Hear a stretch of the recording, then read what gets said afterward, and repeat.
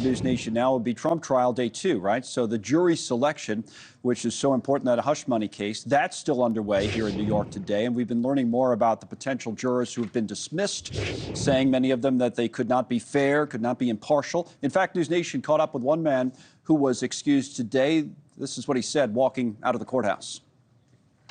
Being who I am, even though I think I could be impartial, I think there is definitely some unconscious bias. All my friends growing up are Republican.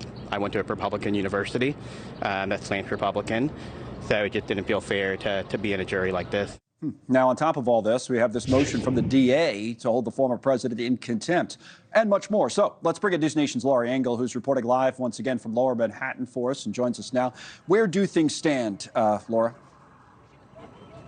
Hey, Connell. Well, we've had a lot going on this afternoon. This is the first full day of jury selection in this criminal trial. And right now, the defense is basically scouring social media, looking at posts from potential jurors, seeing kind of where they have been standing on political issues, taking issue with some of the posts that some people make. And I also want to mention that the judge in this case actually just admonished the former president for scowling over at a juror, saying that he's being hostile to potential jurors, issuing that, talking about that in court. But to give you one example of one juror, potential juror who was being questioned, this one person had posted about the 2020 election and was talking about the celebration when President Biden had won the election, and they were taking issue with that. But she did say, and I want to read you some of what she said, that she understood the concept of bias and felt very strongly that and believed that regardless of her thoughts about anyone or anything or political feelings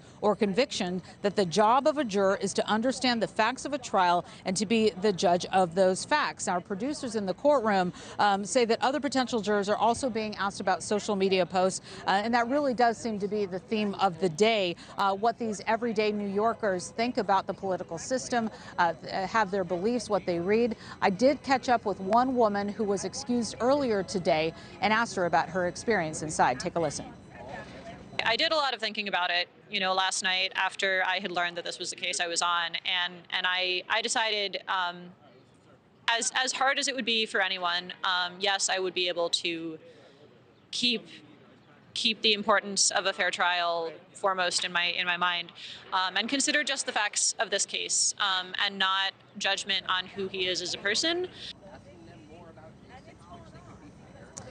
She sounded like somebody that both sides might want on this panel. However, she was not able to be able to commit to the time frame because of her job. So we're seeing a variety of things.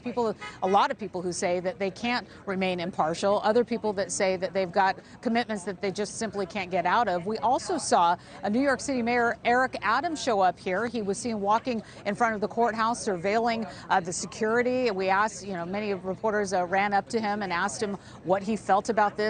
If his city could give Donald Trump a fair trial. He said that is way above his pay grade. He couldn't answer that question. So off we go into another set of potential jurors who are being questioned right now. This process expected to take 1 to 2 weeks, but the way things are going, Connell, it could be a little bit longer than that. Yeah, it looks like it. You need 12 jurors. We're waiting for them just to even have one. What about this idea of the DA wanting to hold Trump in contempt? What was that all about?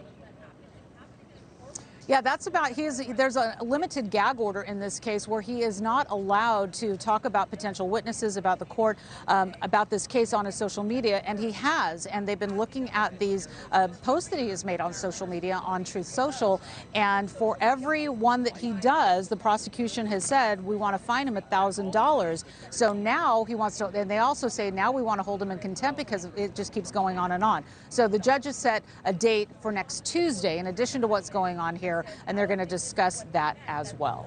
Thanks so much for watching. Just go to joinnn.com to find News Nation on your television provider. And don't forget to click the red subscribe button below to get more of News Nation's fact-driven, unbiased coverage.